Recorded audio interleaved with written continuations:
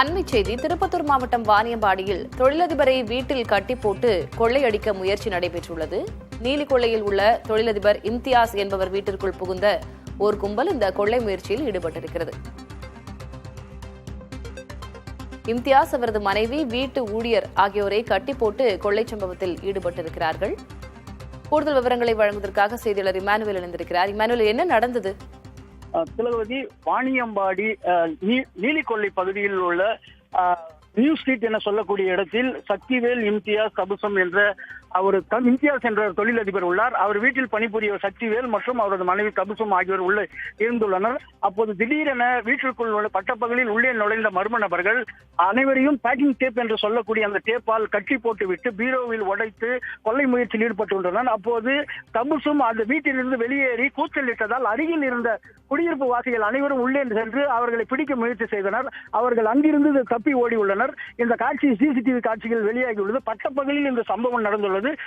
உயர்ந்த செல்போன் இரண்டையும் கொள்ளையடித்து அந்த மர்ம நபர்கள் சென்றுள்ளனர். அது மட்டும் இல்லாமல் குடியிருப்பு பகுதி நிறைந்த பகுதியில் இதுபோன்று பட்டப்பகலில் நடந்த சம்பவத்தால் பெரும் பரபரப்பு ஏற்பட்டுள்ளது. திலகவதி, இந்த முகமூடியும் எதுவும் அணியவில்லை. சிசிடிவி காட்சிகளிலும் அவர்களது முகம் தெளிவாக பதிவாகி இருக்கிறது. தொழில் ரீதியாக அவருக்கு ஏதேனும் தொல்லைகள், அச்சுறுத்தல்கள் இருந்ததா? அது தொடர்பான நபர்கள் ஈடுபட்டு இருக்க வாய்ப்பு இருக்கிறதா? காவல்துறையின் முதற்கட்ட விசாரணையில் என்ன சொல்கிறார்கள்?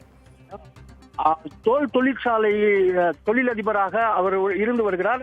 அவர் வயது முதிர்ப்பு காரணமாக அந்த பணிகள் செல்லாமல் அவரது பிள்ளைகள் மற்றும் அவர்களுடைய மகள்கள் அதை பார்த்து வருகின்றனர்.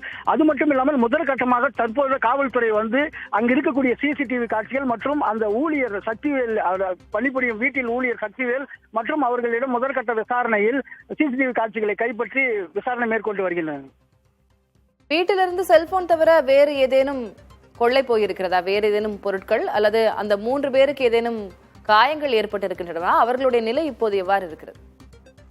ஊழியர் சக்திவேல் மற்றும் அந்த மனைவி, அவருடைய இம்தியாசுடைய மனைவி, 3 பேருமே வந்து அதிகமாக தாக்கப்பட்டதனால் அது இருவர் வந்து மயக்க நிலையில் இருந்து தற்போதுதான் அவர்கள் வந்து அந்த மயக்க நிலையில் வெந்திருக்கிறார்கள். அவர்களிடம் போலீசார் தற்போது விசாரணை நடைபெற்றது. வீட்டில் வேற ஏதாவது பொருட்கள் மற்றும் பணம், நகை ஏதாவது கொள்ளை போய் உள்ளதா என தற்போதுதான் விசாரணையை தொடங்கி உள்ளனர். திலகவதி, விவரங்களுக்கு நன்றி இமானுவேல்.